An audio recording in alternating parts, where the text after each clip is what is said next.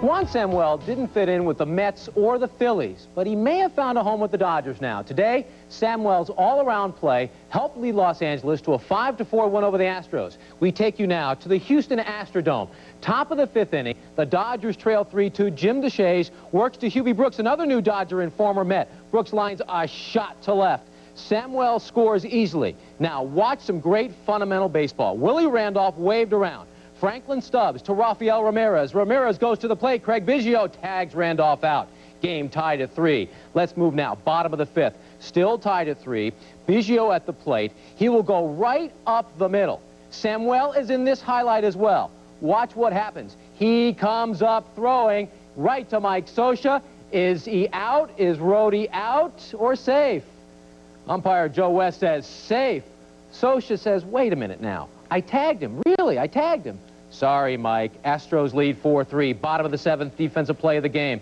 Ramirez sends a fly ball to center. Samuel, watch him make this diving catch. Now, remember, he already told Tommy Lasorda, I want to play second base. Tommy says, you're our center fielder. Good move, Tommy.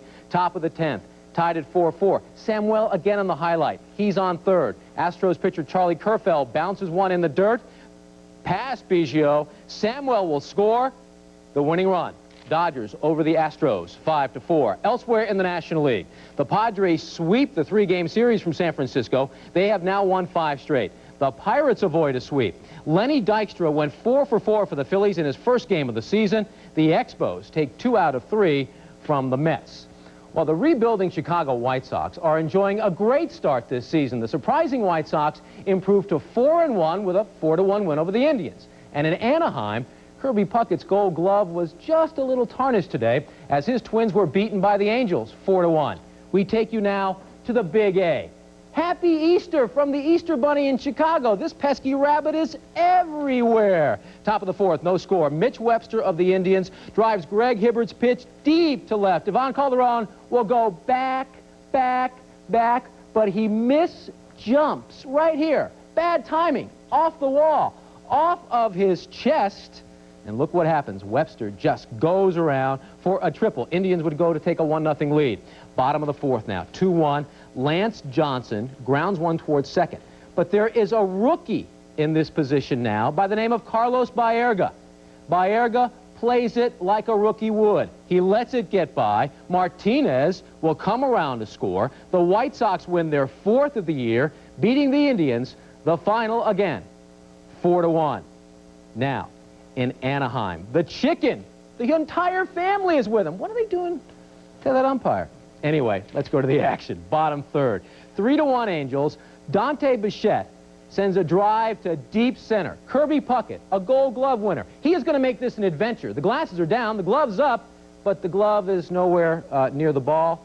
Chili Davis scores. Bichette winds up with a triple. The Angels beat the Twins, the final, 4-1. In other American League action, the A's sweep the Mariners. Bob Welch gets the win. He's 2-0. The Yankees move into first place in the American League East. Junior Felix, 4-for-4 on the day, 3 RBIs for the Blue Jays. The Tigers taking 2 of 3 from the Orioles. Well, with 1 week to go in the NBA's regular season, the Utah Jazz moved a step closer to clinching the Midwest Division title with a 103-90 win over the Minnesota Timberwolves. In Boston, the Celtics beat the Knicks for the 24th straight time at Boston Garden, 101-94. The Celtics have now won 6 in a row. Well, while the Charlotte Hornets are one of the NBA's most successful fan-supported franchises, owner George Shinn has stirred up quite a hornet's nest when it was reported he was thinking of moving the team. When he was asked about new taxes and his profits from the Charlotte Coliseum, Shinn said if he didn't like it, it was an option for him to build a new arena and move the Hornets to South Carolina. Now, in Charlotte and around the country, quite frankly, Shinn has been portrayed as a greedy owner who doesn't care about the fans. Here's George Michael to clear up this mess. In Charlotte, the name of the game is the Hornets. 23,901 fans pack the Coliseum for every single game. Nearly 1 million fans will see this team in their 2nd season at home. Attendance-wise, they're the most successful team in all the NBA. But the Charlotte honeymoon was threatened when there was a proposed tax increase. Hornets owner George Shinn was portrayed as greedy a man who had threatened to move the team out of Charlotte. We did not threaten to move. I mean, if anybody would have just thought of that situation, it just doesn't make sense. I mean, I don't want to invest $50 million in building a new facility. I mean, it just doesn't make a whole lot of sense to do that.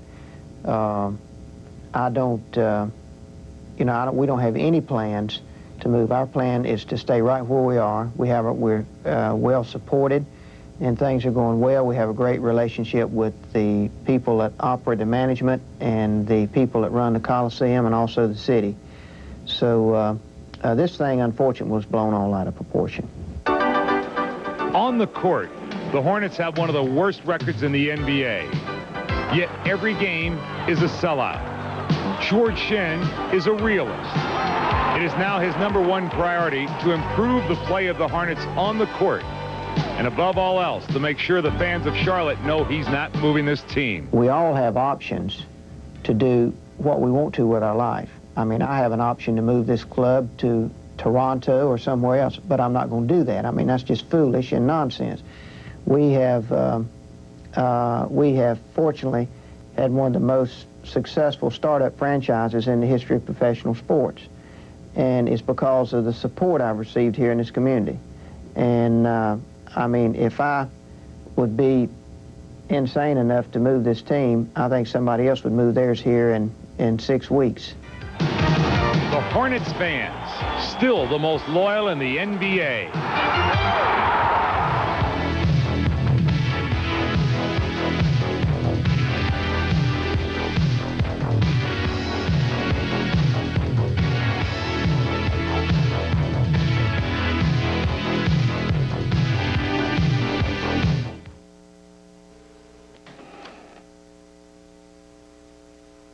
Ever wonder what they mean by zestfully clean? It's the feeling you get.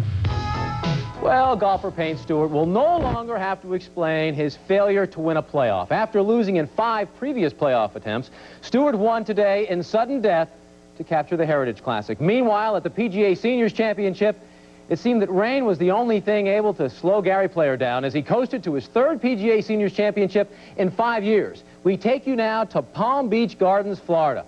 This is your leader, Gary Player, on the 9th hole from about 40 feet away. And look at the touch here. He will drain this for a bird. He finished 7 under par.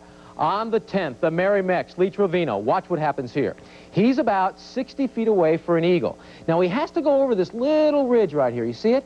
Goes right toward the hole. Will it lip to the right? And look at the Merrimack's reaction. One of those days for Lee, okay? He finished 4 shots back along with Jack Nicklaus. Now, late in the round, violent, and I mean violent, thunderstorms hit the Palm Beach area. Play was halted twice with only 6 golfers left on the course. Gary Player just kicked back and dreamed of another title, as he would later finish the round and win the PGA Seniors. Chichi Rodriguez second, 2 shots back. Now, in Hilton Head, South Carolina, Tom Kite on number 10 at the Heritage Classic from the rough. For all of us who have trouble with our short game, watch Kite chip it up and roll this one right in with the stick. Yes, Kite finished 4 shots back. Now, this is Larry Mize at number 10 from about 30 feet away. He will roll this one in for a bird. He would then birdie the last 2 holes to work himself into a playoff tie. Now on 18, Greg Norman, trying to recreate that Doral magic, needs this shot from the rough to join the playoff. Watch what happens. Out of the rough, it rolls, but it will stop just short. Now look at Norman.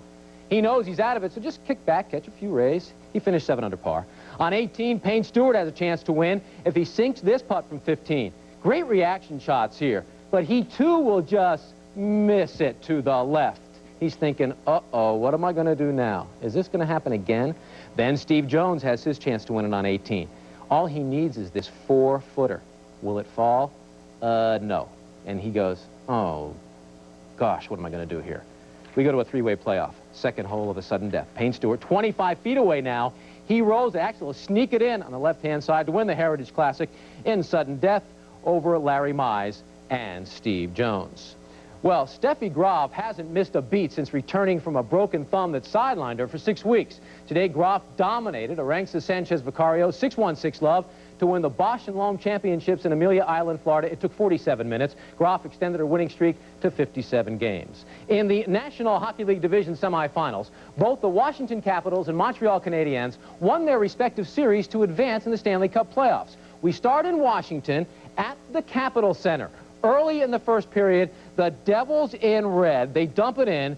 Now watch what happens here. Caps goalie Don Popre tries to clear it, but it's stolen by Alexei Kasatonov. Open net, he blows the golden opportunity, and watch what happens here. The Caps just cover up. Second period now, the Caps lead 1-0. The Devils with some pressure in front. The Caps will clear it out as John Tucker will feed Jeff Courtnall behind the Devils' defense. Courtnall will be Chris Torreri right through his pads. Watch this, right through his legs. The Caps beat the Devils 3-2 to win the series 4-2 and advance to face the Rangers. Now, in Montreal, the Canadiens, white uniforms, Guy Carbonneau, you will watch him here, dump the puck in, and Russ Courtnall, good night for the Courtnall brothers, plays it perfectly off the boards and puts it past Darren Pupa right through the pads here as well. The Canadiens beat the Sabres 5-2 to win the series 4-2. Let's go to Hartford now. I want you to watch the linesman here in the center of your screen. Right here, Dan McCourt. He's going to get hit right there in the eye. He will cover up and he will hit the ice. That's off the stick of Dean Evison. He was taken off. Okay, cut under the eye. All right, here's what happens. Overtime tied at 2. Boston in black. Here you see McCourt down. And as I said, under the right eye, he is okay, though. Overtime, 2-2, Boston in black, tries to clear. It's stolen by Dean Evison. He sends a backhander in front where Kevin Dineen tips it past Andy Moog. The Whalers win it 3-2 to force a 7th game. Well, the College Baseball World Series is only a month and a half away, and things are beginning to heat up out west, believe me. Longtime rivals Arizona State and Southern Cal proved once again that there is no love lost between the two teams. We take you now to Phoenix, Arizona. Arizona State against USC, Sun Devils leading 7-0 when SC's John Jackson steps out of the box. And there you see the ASU pitcher Kip Yon pitch anyway.